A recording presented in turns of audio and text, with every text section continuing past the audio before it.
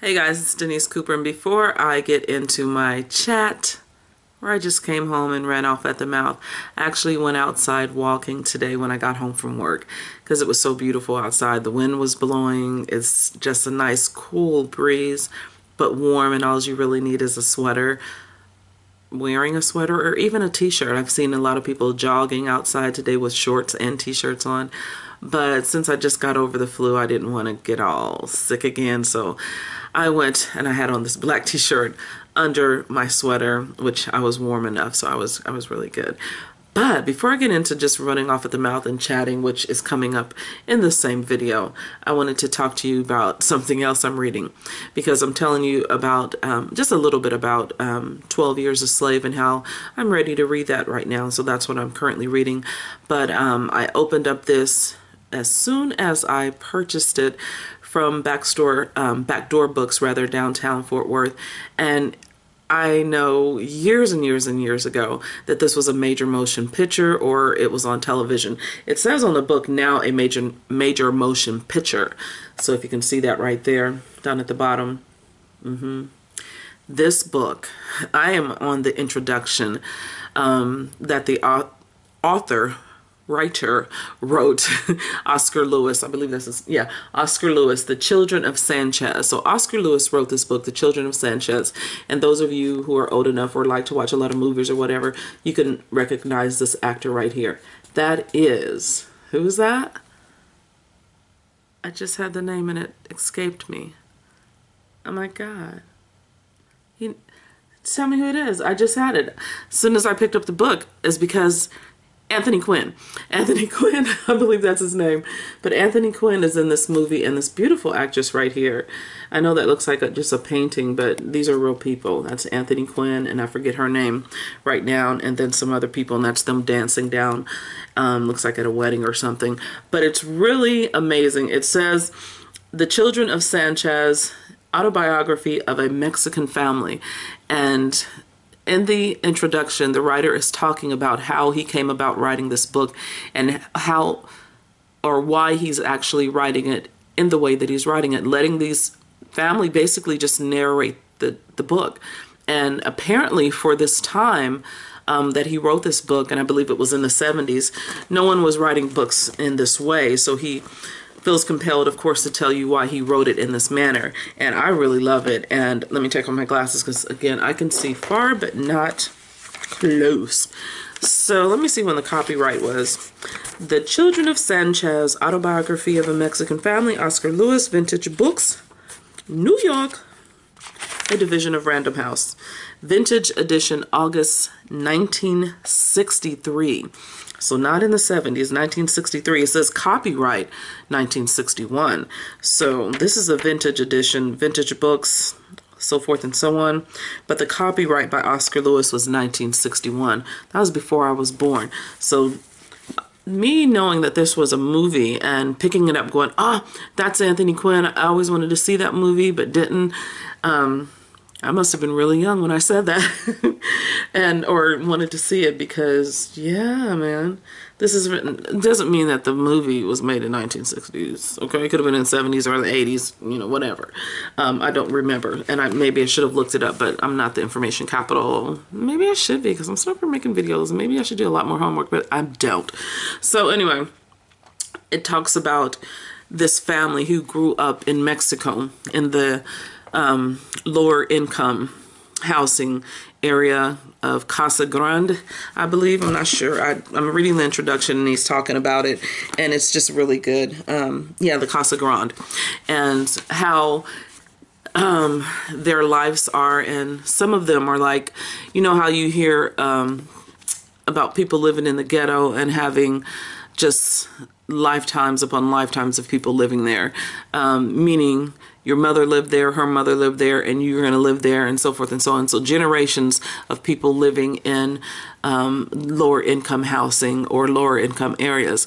But it also talks about how tightly knit this family is, and the families that he went and studied basically in Mexico, and how they married one another, not, brothers and sisters. I'm talking about the neighbors. This is a tight-knit community of people that didn't have a lot, and they worked, they sold their goods and wares and things like that. So hardworking, but yet very poor. And it talks about the marriages, and if they weren't married, they were related, and if they weren't related, they were godparents and godmothers and godsisters, that whole thing. And so just didn't want to leave this area, and that's what it seems like he's getting from this study. So he's such a good writer telling the introduction, and usually sometimes introductions are very long, as you all know as readers, and sometimes they're very short. Sometimes we read them and sometimes we don't. I'm not sure, and that's kind of what I wanted to know basically, and starting to talk about this book before. And this is going to be a really long video because sometimes I do that, and so I'm going to do a really long video where I just talk about stuff and books and whatever. But books will always come into the conversation. That's just what I do. But what I wanted to talk about this was because I just lost my train of thought. I'm so sorry. I was talking about what? Tell me, hurry up. You have 2 seconds. I was talking about them staying in the community. I was talking about how he's right. Oh, introductions. That's what I wanted to know. I want to know if when you get a book, and it has a really juicy or big, long, or even short introduction in the beginning of the book, do you read the introduction, or do you actually just go straight to chapter 1 and want to read the story? I like to read an introduction if it's a biography, if it's a real true story, versus like if there's an introduction or a long, always read the epilogue. Because I just finished Bernice McFadden, and yeah, you have to read the epilogue on that book because the way that it ends. So anyway, and maybe you don't read epilogues, I don't know. So let me know if you read an introduction and an epilogue. I think the epilogue is critical to the ending of the story. If the ending of the story wraps up really good and there's an epilogue, do you still read it if the story ends well? Or if the story doesn't end as well, or you're not as satisfied as I wasn't as satisfied with Loving Donovan, do you read the epilogue? I did, because I had to. I needed that a little bit more satisfaction. I still didn't get 100% satisfaction, and that was almost the best part of such a, I can't say it's such a bad ending, because it wasn't a bad ending. These things happen. These things happen. Okay, and that's, to me, was the critical point, and I get that. I got that from If Bill Street Could Talk with James Baldwin, and how that ended. I was like, okay, I want a long 10, 20-page epilogue. Wrap this stuff up and wrap it up good, James. But no, didn't. So neither did the Loving Donovan. So, and it was a very short epilogue. But and talking about introductions, like when I read the Martin Luther King book, I read his introduction because, you read Coretta Scott King. She did the introduction and then he did the preface. So introductions and prefaces and epilogues, do you read them when you are reading fiction or nonfiction? When it's a nonfiction, I feel like I have to read it. To me, it's because it's, it's the true sense of the author's you get a feel for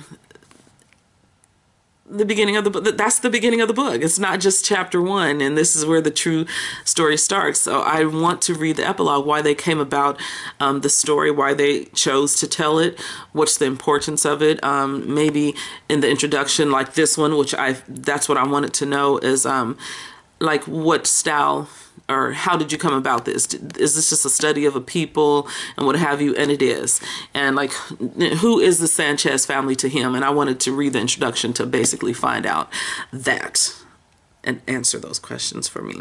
So do you read introductions, and do you read epilogues? Do you read prefaces? I know books try to, publishing companies try to sell certain books, whether it be fiction or nonfiction, based off of who wrote the introduction and the preface. And sometimes there's a whole bunch. There's an introduction, there's an acknowledgement page, there's all that.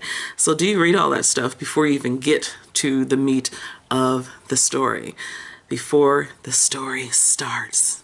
how deep do you go? No, anyway, do you just start it? And I would recommend this book, and I have not even read the whole book yet. Like I said, I'm reading the introduction, and that's how good The Children of Sanchez is. And I'm on, oh, it's in Roman numerals. I'm not going to go there. I think I flunked that class, or I just don't remember because I'm so old, and I only did that in junior high and high school. So 1, 2, 3, 4, 5, 6, 7, 8, 9, 10, 11, 12. I'm still into the introduction. Seriously. Wow. Let me just go. Okay. Look at the book. See this much? This right now, all of this is the introduction before we even get started with the book. And I'm on page, I just counted up to about page 12 of the introduction that I'm into. So this has probably got about a good 30 pages of an introduction, and it's really well written. I know that, well, as soon as I got this book and I start reading the introduction, how many times am I going to say the introduction? Not again. So when I got the book and I read the part that I'm reading, I went and looked up Oscar Lewis, because I like to Google every writer, even writers that I already know, like Bernice McFadden. You know, I love Bernice McFadden, and I still Googled her. When I pick up my books, I always take them with me to work and read them on my break times and throughout the day, you know, sitting having coffee or while I'm eating lunch or whatever. And so if the computer is right there in front of me, I Google that person to see what's new and what have you. So I had already found out from Dee Dee that Bernice McFadden's new book, Harlan, The Book of Harlan, and I remember the name because my son wrote a book called The Book of William, and I'm sitting up here texting him right before I turn on this video. Actually, I don't know what his last text was, but anyway, so my son wrote a book called The Book of William, and it's a poetry book, and it was really good. I love him, and obviously, but anyway, so Bernice McFadden's book, The Book of Harlan, I really want that book. I'm getting ready to read, of course, I'm reading this in 12 Years of Slave, and then I'm going to be reading, just can't tell you what order I'm going to read them, because right now I'm reading both of these at the same time, and I want to read This Bitter Earth because, you know, once you read an author, you just kind of want to read another one. You guys know how I do, and so I definitely will be reading some of the books that I'm reading right now into April, which is going to be Coatsy month, and I'm talking about that a little bit later. But yeah, The Children of Sanchez. It's a good book. I wish somebody could read it with me. If you've read The Children of Sanchez and you read the beginning of the book with the author's notes, and I have this as my bookmark because, you know, when you go to an old bookstore, you find things, and this was what was in there. So I'm using it as my bookmark while I read this. It's just really, you know, this little funky card, and it's yellowing and everything, but it says, join our Christmas club, have money when you need it most. Millions of thrifty people find it an ideal way to accumulate funds for Christmas shopping, year-end expenses, financial security, so forth and so on. And then it's got this calendar on the back, and the calendar, you guys, is 1967. Okay, can you see that? 1967. How cool is that? Of course it's yellowing. That means I was 2 years old when this card was out, and this book was written in 1961. So yeah, definitely holding on to this while I read the entire book of The Children of Sanchez, Oscar Lewis. If you want something really good to read, a nonfiction that was made into a major motion picture, and you can go watch it sometime and pick it up, how about you read this with me, or at some point this year, because, you know, we have lots of books that we all want to read, and you don't have to like run out and pick it up and get it now, because I am reading several things at one time, and April's coming, and my main man. All right, so anyway, this is what I'm reading, and I can't wait to just turn this camera off and get into it and upload the videos. And it's my long chat time, and I'll do this once a month. Bye, guys. Or, hey, she's gonna keep talking. She, her. Bye, you guys. Or not. I just was looking at my son, talking to him. Somebody stole our rake. So it's just nowhere.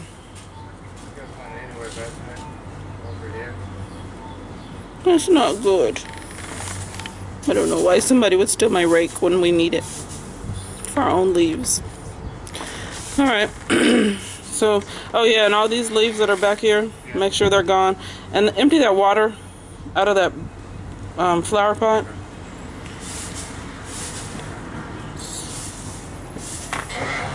Maybe you can get rid of the wasp nest. If there's none in there. Maybe they've gone somewhere. I don't know. I would leave it alone. Don't want my baby to get hurt by no wasp nest. Anyway, just life and books and literature. And currently, guys, I'm reading, and I'm all into the sun, so let me get out of it. But I am currently reading, and maybe I need some light.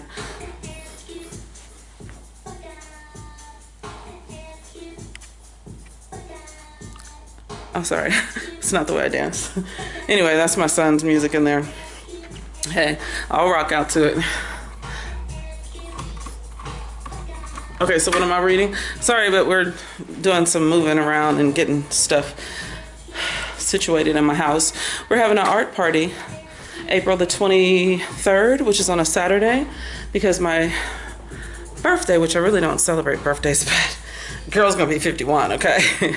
So my brother, and I always tell my brother that I want to do another art party and how much fun it is, and I wanted to invite my family and friends and just artists and people, and just we're gonna have my tent outside, out front, one in the backyard. We're gonna have barbecue in the back. I'm gonna cook a buttload of food in the house, and people will eat and bring their own drinks and be merry.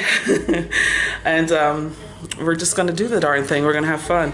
And I love it when we have art parties. They are basically what happens at an art party is I can sell my art. You can come look at my new art and what have you. Other artist friends can bring their art and sell it. Not a whole bunch of stuff to be putting all over in my house.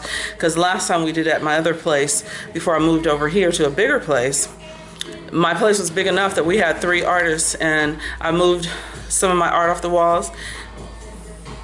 And we had an art party. Okay, I hope they don't censor that. And you're like, why are you silent and dancing? But anyway,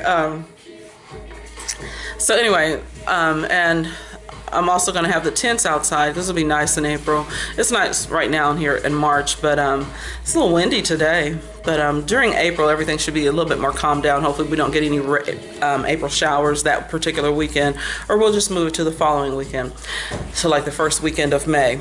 And I just don't want to do it in August, because I've done an art party in August before and it was just totally too hot. All the cooking, all the people that came through, we had like 20, 30 people in the house at one time, and then some people would leave and then more people would come and more people would leave. So it was like hundreds of people probably came through the house that day.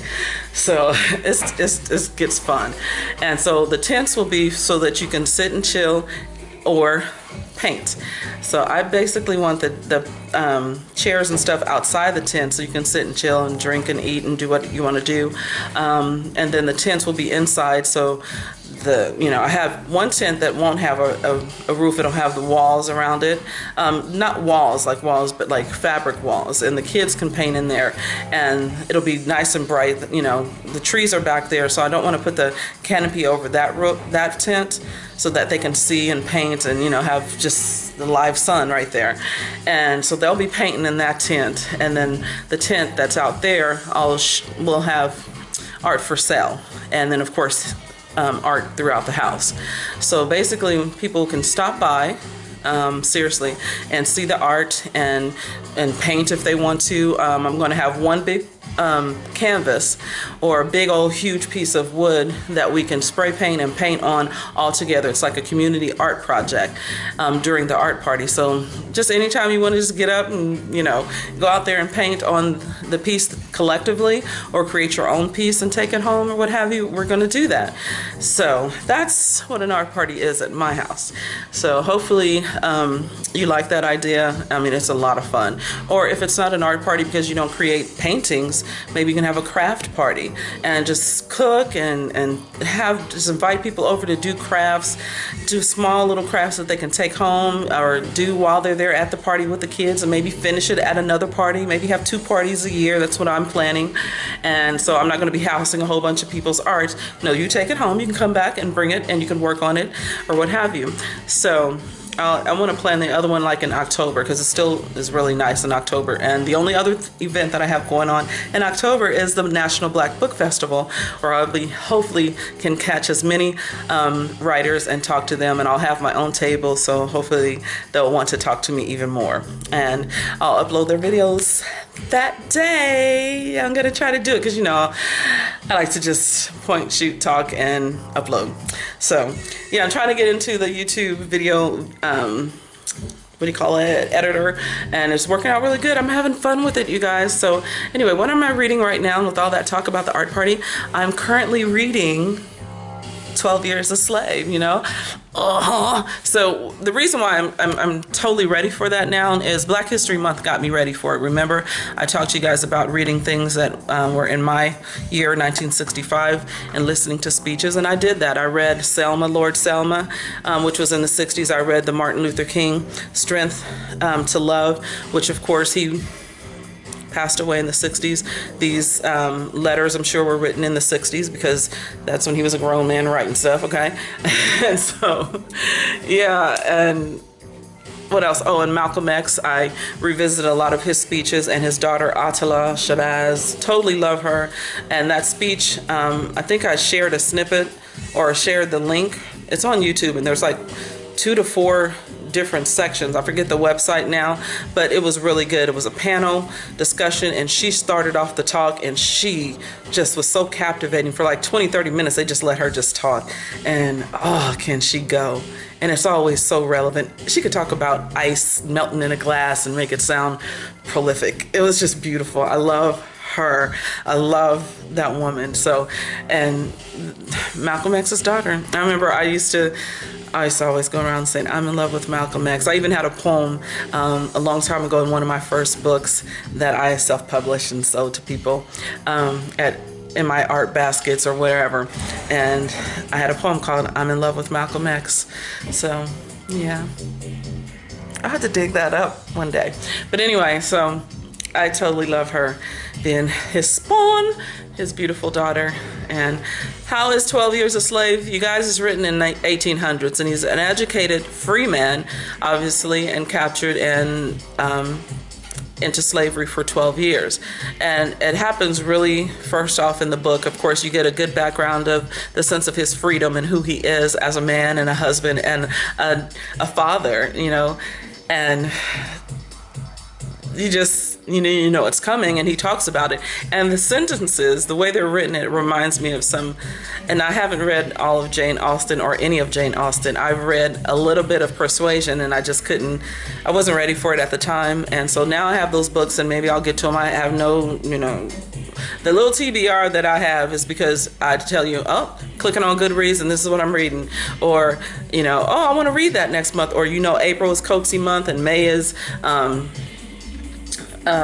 May was my open month last year, and I read To Kill a Mockingbird and some other things and Bone Clocks and stuff.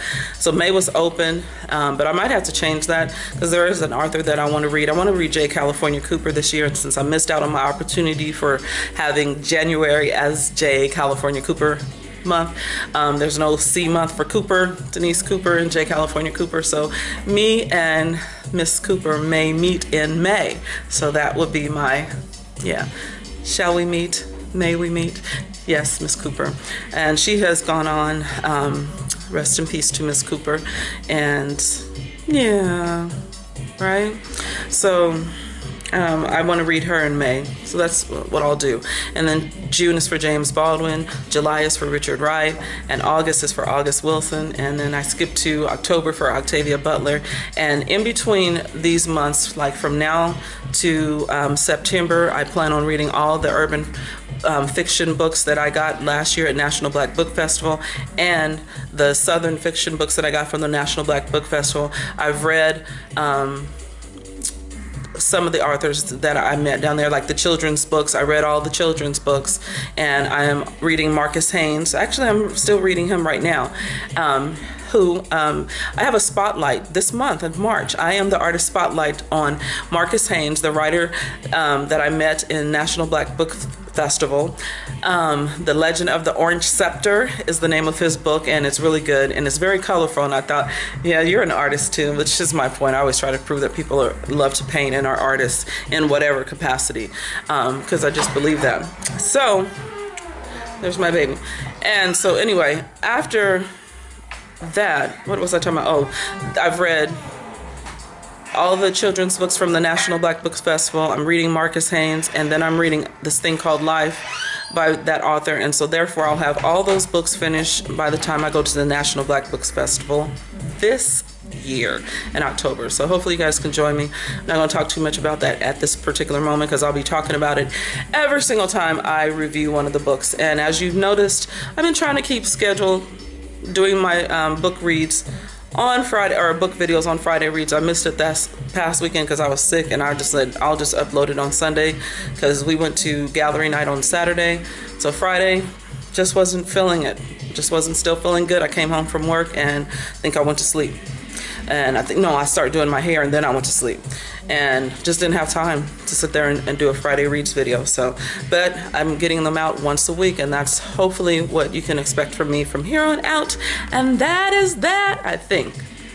But yeah, I'm reading 12 Years a Slave, and it's written in that 1800 English style of writing where the sentences are kind of finished when they start. It's weird.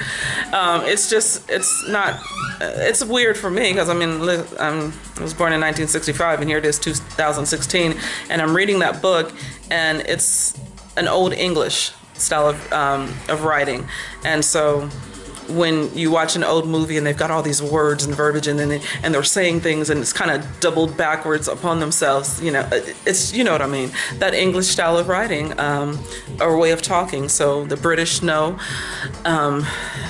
yeah, and that's what it is. It's that New England style of writing, or Old England, or whatever style of writing, and I'm enjoying it. But you can tell he was a very smart man, and to be in the 1800s when there's all this slavery, and to not have, for him not to be a slave, you go, really? How'd you escape that? But there was a lot of free slaves during the time of slavery, which of course we know, but then when we read about it, and it's like, it's the story's a little bit more closer to home, so you're getting all the facts of what was going on. And he would see other slaves, or slaves, because he wasn't a slave. He would see slaves and, talk to them about getting free as soon as possible, as soon as you can. So those of you who watched the movie, good. I plan on watching it after, of course, I read the book. And actually, I was going to come home and tell my son, too, what I had a thought today when I was reading the book during my lunch break, that I think I'm ready to watch that stupid Django movie, which I just never wanted to watch, which I cursed the whole 2 minutes of me seeing it. I just never could get past the first scene of Django. Just couldn't. Just couldn't. Who are you, Quentin Tarantino, to write a movie like that? I don't know. But anyway, so that movie just pisses me off. And so now that I'm talking about it, maybe not. But I figured since I'm reading 12 Years a Slave, and I had to have some time in my head to get right to be able to read that historical account. Now maybe I can watch the Django, because I love me some Jamie Foxx, but just don't like that movie, not even one little iota. So maybe I won't. Maybe one day I'll just watch it and won't tell nobody, and then I can be pissed off or don't make videos for a long time, and y'all know why. Because, oh Lord, she didn't watch that movie. We ain't seen Denise in 5 months. That kind of a thing. So anyway, yeah, that's what I kind of think would happen. Why? Why is my hair sticking out? Because I have freeform faux locks. The locks that I had locked up, I rewrapped them. So there's one of the real ones, and the other real one is over here. And that's that. So I know you're wondering, like, what does she do with her fro? That's what I did with it. So I don't feel like ever combing my hair again. I'm just gonna let it just lock up. So anyway, that's my reading. That's my goals for this year. I love not having a TBR completely. And whatever month it is like Coatsy month is coming up next month. I can't wait because I have some really short, you know, he likes to write a 200 or less page book. So I plan on reading at least 2, definitely for sure 2, whatever Camille's reading. I forget what we said we were going to start on, but get ready for it, you guys, and I'll do a video talking about that as sure as he will as well. But we'll reading Coatsy again. April is Coatsy month for me for here until I read all his books, and then I might start up and do some rereads until everybody's a Coatsy fan. But yeah, that, just like that. Bye, you guys. Have nothing else for you. Just chatting. I know sometimes I do that, and I'm not really long overdue because I did do a video every single month last month for Black History Month when I kept saying I wouldn't, but I was just joking. And I think I might have missed a day for being busy doing something, and I just couldn't upload the video fast enough. So anyway, that's that. That's my chat. That's what I'm reading. And those are my not so secure plans and secure plans. Bye. Yeah, I wanted to leave a quote. This is National Poetry Day, isn't it? I know all of April is Poetry Month, which is coming up, but there's something about today. It's National Poetry Day. And so, hold on, before I go, there's a poem. I'm sure there's a poem. I'm sure there's a poem that I could get out on my shelves and read it to you. Nikki Giovanni. Let's just see. I know there's a poet in the house. Nikki Giovanni, Quilting the Black-Eyed Pea. You want to say it? You want to say it? You want me to prove that I got that book? You don't trust me. Y'all flaw and whack. I'm sorry, I love y'all. But anyway, Nikki Giovanni, let me read. I have to take off my glasses because I'm nearsighted and the glasses are for farsightedness, and I can read really good up close. I can see is what I'm saying. I can read. I can be reading good. Anyway, Quilting the Black-Eyed Pea. That's a real long one, so I'm not going to even venture down that road, and I've been keeping y'all hostage long enough, but sometimes y'all don't mind because, you know, this is what I do sometimes. And, oh, that was a short one. No, it wasn't. There's another page. That's just basically, oh, no, it's not. It's called Blackberry Cobbler, and I think I read that one. I'm not sure if it's, okay, sorry. Sure if it's not, profound enough for y'all, but it's Nikki Giovanni, right? So here we go.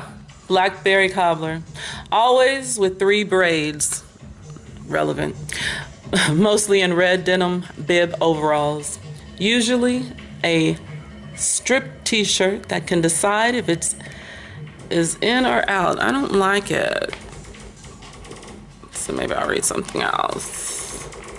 Grandmother would tie her starched plaid apron, clear the table, put the butcher block board in the center, and sprinkle flour. The chilled dough would be rolled out, sprinkled with ice water to keep it workable, touched up in the corners.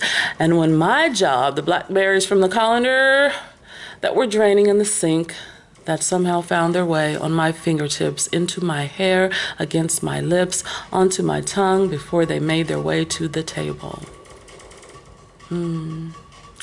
Always with 3 braids, mostly in red denim bib overalls, usually a striped t-shirt that can't decide if it is in or out. My socks flopping off my ankles. That's the part I forgot. That's why I went back and started from the top. That's poetry. Bye, you guys.